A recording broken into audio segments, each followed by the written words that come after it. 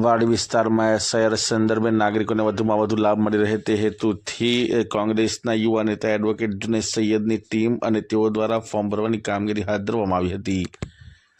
હાલ જે પ્રકારે એસઆઈઆર સંદર્ભે નાગરિકોને વધુમાં વધુ લાભ મળી રહે તે હેતુથી વડોદરા શહેર કોંગ્રેસના યુવા નેતા એવા એડવોકેટ જુનેદ સૈયદ તથા તેઓની ટીમ દ્વારા એક વિશેષ કેમ્પનું આયોજન કરવામાં આવ્યું હતું।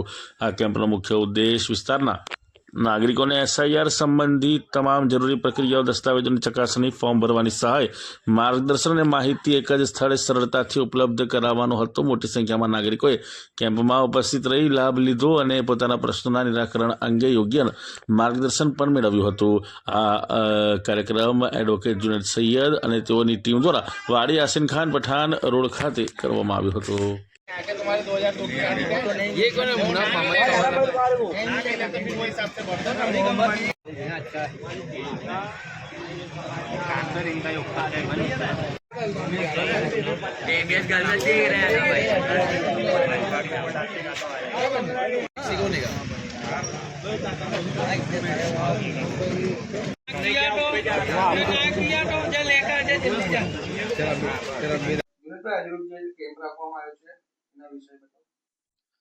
જે રીતે આખા વડોદરા નહીં પરંતુ આખા ગુજરાતમાં એસઆઈઆર ની પ્રક્રિયા ચાલી રહી છે।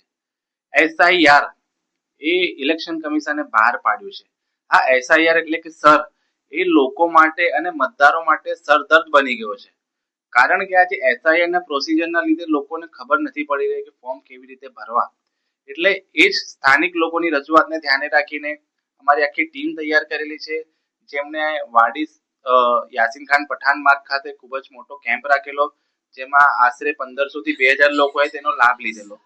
એવી જ રીતે અમે તમામ વિસ્તારોમાં સિટીના એ કેમ્પ રાખવાના છે અને તમામ વિસ્તારના આગેવાનોને રજૂઆત કરેલી છે કે તમારા વિસ્તારમાં જે પણ લોકોના ફોર્મ ભરવાના બાકી હોય કે જે લોકોનું ફોર્મ ઘરે ના આવ્યું હોય તે અમને સંપર્ક કરી શકે છે। અમે એમને 100% મદદ કરીશું અને જે પણ વિસ્તારના સ્થાનિકોને કોઈ પણ રજૂઆત બીએલઓ વિરોધમાં હોય કે કલેક્ટર સાહેબ રિલેટેડ હોય તો અમારો સંપર્ક કરી શકે છે।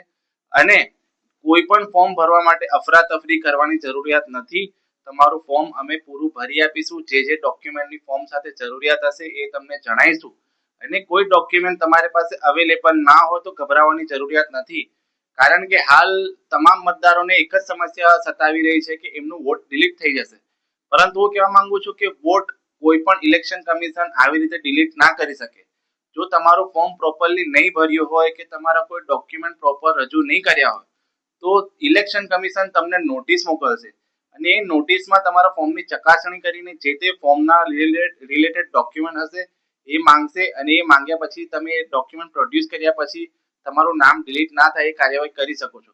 એટલે કોઈ પણ હાર્ડ એન્ડ ફાસ્ટ રીતે કોઈ પણ પબ્લિકે અફરાતફરી કરવાની જરૂરિયાત નથી। ફોર્મ શાંતિથી ભરીને તમારા બીએલઓ સુધી પહોંચાડો। આવનાર 22-23 તારીખ પણ શનિ રવિએ તમારા મતદાન મથકે તમારા બીએલઓ અવેલેબલ હશે।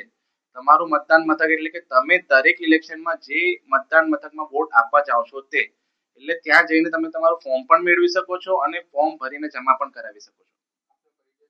એડવોકેટ જુનેદ સૈયદ।